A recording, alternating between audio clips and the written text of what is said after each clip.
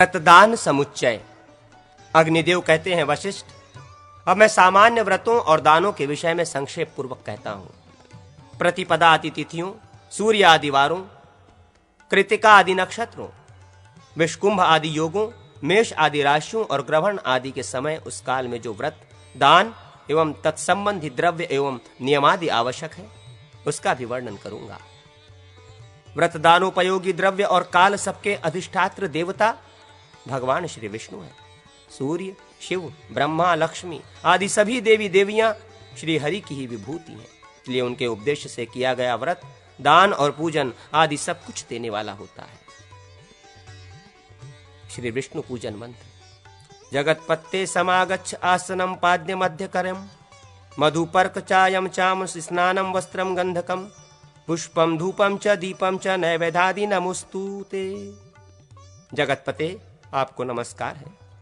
आइए और आसन, पाद्य, अर्ध, मधुपर्क, आचमन, स्नान, वस्त्र, गंध, पुष्प, धूप, दीप एवं नैवेद्य ग्रहण कीजिए। पूजा, व्रत और दान में उपर्युक्त मंत्र से श्री विष्णु की अर्चना करनी चाहिए। अब दान का सामान्य संकल्प भी सुनो। आज मैं अमुक गोत्र वाले अमुक शर्मा आप ब्राह्मण देवता को समस्त पापों की शांति, आयु और आरोग्य की वृद्धि, सौभाग्य के उदय, गोत्र और संतति के विस्तार, विजय एवं धन की प्राप्ति, धर्म, अर्थ और काम के संपादन तथा पापनाश पूर्वक संसार से मोक्ष पाने के लिए विष्णु देवता संबंधी इस द्रव्य का दान करता हूं। मैं इस दान की प्रतिष्ठा, स्थिरता के लिए आपको ये अतिरिक्त सुवर्णादि द्रव्य समर्पित करता हूं। मेरे इस दान से सर्वलोकेश्वर भगवान श्री हरि सदा प्रसन्न हो। यज्ञ, दान और व्रतों के स्वामी, मुझे विद्या तथा यश आदि प्रदान कीजिए। मुझे धर्म, अर्थ, काम और मोक्ष रूप चारों पुरुषार्थ और मनोभिलषित वस्तु से संपन्न कीजिए। जो मनुष्य प्रतिदिन इस व्रत का दान समुच्चय का पठन अथवा श्रवण करता है, वो अभिष्ट वस्तु से युक्त एवं पाप रहित होकर भोग और मोक्ष दोनों को प्राप्त करता है।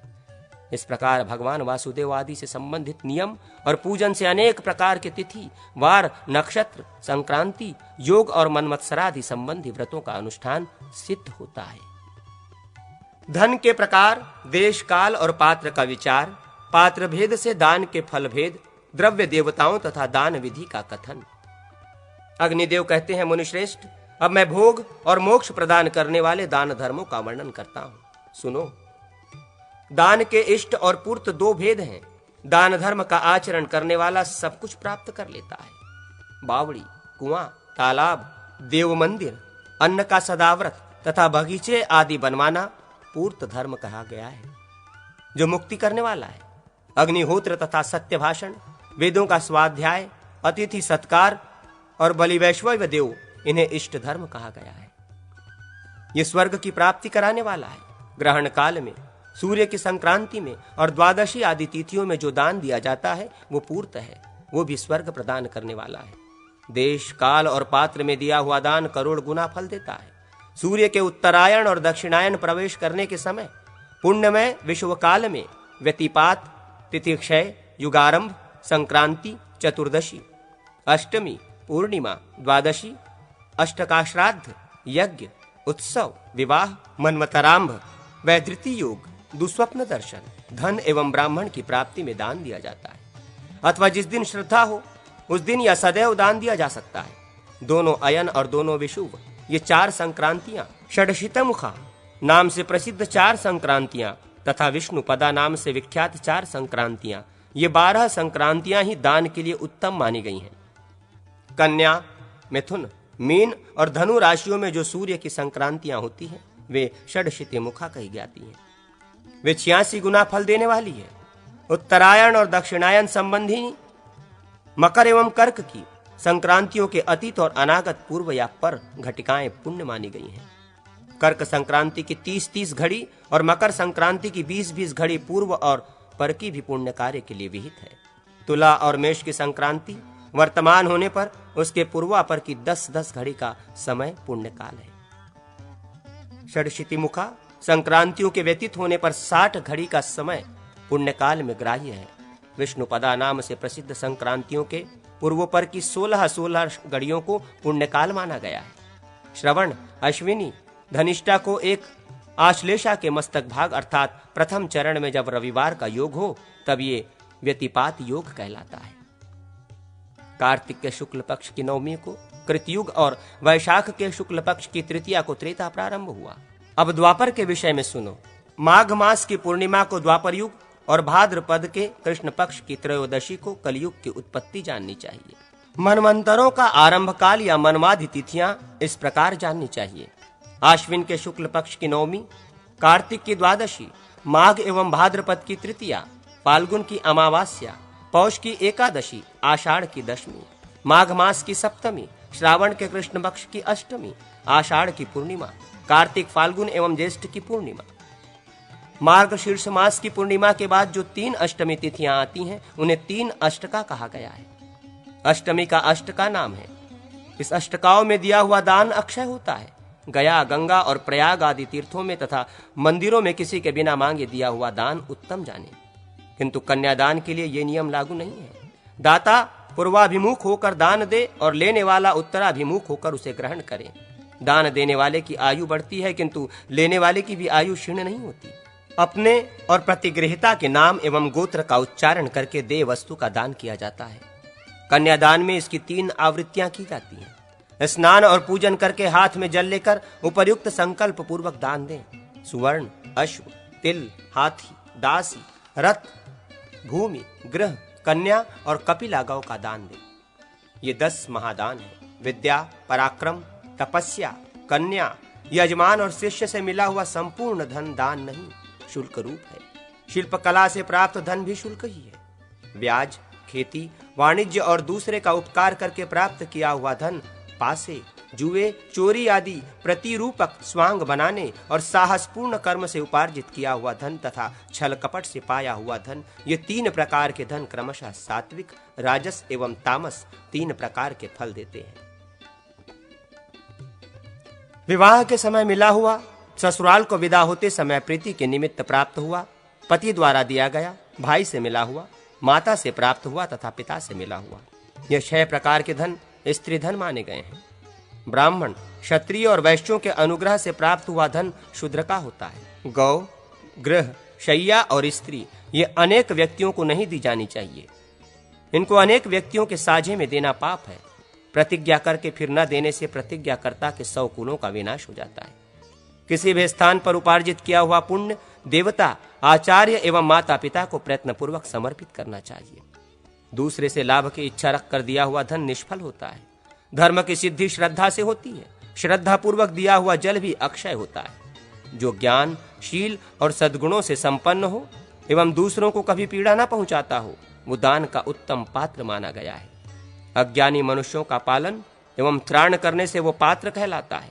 माता को दिया गया दान 100 गुना और पिता को दिया हुआ 1000 गुना होता है। पुत्री और सहोदर भाइयों को दिया हुआ दान अनंत एवं अक्षय होता है। मनुष्येतर प्राणियों को दिया गया दान सम होता है, न्यून या अधिक नहीं। पापात्मा मनुष्य को दिया गया दान अत्यंत निष्फल जानना चाहिए। वर्ण संकर को दिया हुआ दान 2 गुना, शूद्र को दिया हुआ दान 4 गुना, वैश्य अथवा क्षत्रिय को दिया हुआ 8 गुना, ब्राह्मण ब्रुव नाम मात्र के ब्राह्मण को दिया हुआ दान 16 गुना और वेद पाठी ब्राह्मण को दिया हुआ दान 100 गुना फल देता है। वेदों के अभिप्राय का बोध कराने वाले आचार्य को दिया हुआ दान अनंत होता है। पुरोहित एवं याजक आदि को दिया हुआ दान अक्षय कहलाता है। धनहीन ब्राह्मण को और यज्ञकर्ता ब्राह्मण को दिया हुआ दान अनंत फलदायक होता है। तपोहीन, स्वाध्याय रहित और प्रतिग्रह में रुचि रखने वाला ब्राह्मण जल में पत्थर की नौका पर बैठे हुए के समान है। वो उस प्रस्तरमय नौका के साथ ही डूब जाता है। ब्राह्मण को स्नान एवं जल का उपर्शन करके प्रयत्नपूर्वक पवित्र हो दान ग्रहण करना चाहिए। प्रतिग्रह लेने वाले को सदैव गायत्री का जप करना चाहिए एवं उसके साथ ही साथ प्रतिग्रहित द्रव्य और देवता का उच्चारण करना चाहिए। प्रतिग्रह लेने वाले श्रेष्ठ ब्राह्मण से दान ग्रहण करके उच्च स्वर में, क्षत्रिय से दान लेकर मंद स्वर में और वैश्य का प्रतिग्रह स्वीकार करके उपांशु होठों को बिना हिलाए जप करें। शूद्र से प्रतिग्रह लेकर मानसिक जप और स्वस्ति वाचन करें। मुनिश्रेष्ठ, अभय के सर्व देवगण देवता हैं, भूमि के विष्णु देवता हैं, कन्या और दास दासी के देवता प्रजापति कहे गए हैं। गज के देवता भी प्रजापति ही हैं। अश्व के यम, एक खुर वाले पशुओं के सर्व देवगण महिष के यम, उदिष्ट के नैऋत्य, धेनु के रुद्र, बकरे के अग्नि, भेड़, सिंह एवं वराह के जल देवता है। वन्य पशुओं के वायु, जलपात्र और कलश आदि जलाशयों के वरुण, समुद्र से उत्पन्न होने वाले रत्नों तथा स्वर्ण लोहादि धातुओं के अग्नि, पक्वान्न और धान्यों के प्रजापति, सुगंध के गंधर्व, वस्त्र के बृहस्पति, सभी पक्षियों के वायु, विद्या एवं विद्यांगों के ब्रह्मा, पुस्तक आदि की सरस्वती देवी, शिल्प के विश्वकर्मा एवं वृक्षों के वनस्पति देवता है। ये समस्त द्रव्य देवता भगवान श्री हरि के अंगभूत हैं। छत्र, कृष्ण मृग चर्म, शैया, रथ, आसन, पादुका तथा वाहन इनके देवता ऊर्ध्वांगिरा, उत्तानांगिरा कहे गए हैं। युद्धोपयोगी सामग्री, शस्त्र और ध्वज आदि के सर्वदेवगण देवता हैं। ग्रह के भी देवता सर्वदेवगण ही हैं।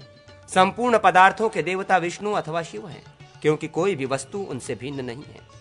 दान देते समय पहले द्रव्य का नाम ले, फिर ददामी देता हूं ऐसा कहें, फिर संकल्प का जल दान लेने वाले के हाथ में दें। दान में यही विधि बतलाई गई है।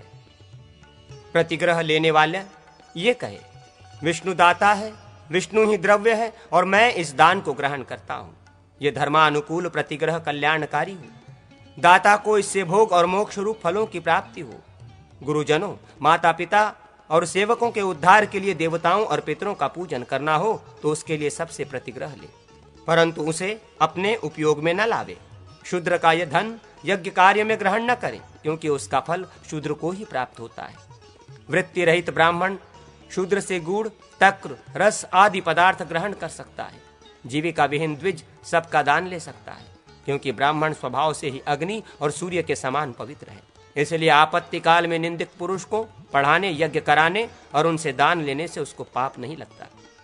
कृतयुग में ब्राह्मण के घर जाकर दान दिया जाता है, त्रेता में अपने घर बुलाकर, द्वापर में मांगने पर और कलयुग में अनुगमन करने पर दिया जाता है। समुद्र का पार मिल सकता है, किंतु दान का अंत नहीं मिल सकता। दाता मन ही मन सतपात्र के उपदेश से निम्नलिखित संकल्प करके भूमि पर जल छोड़े।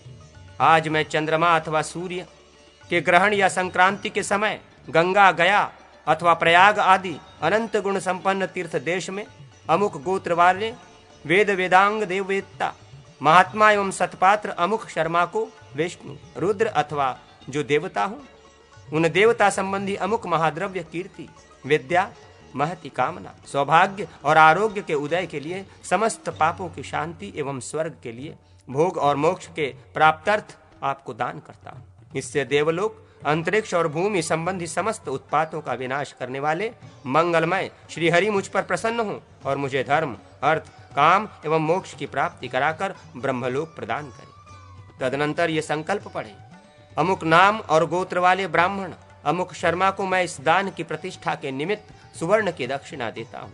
इस दान वाक्य से समस्त दान दे।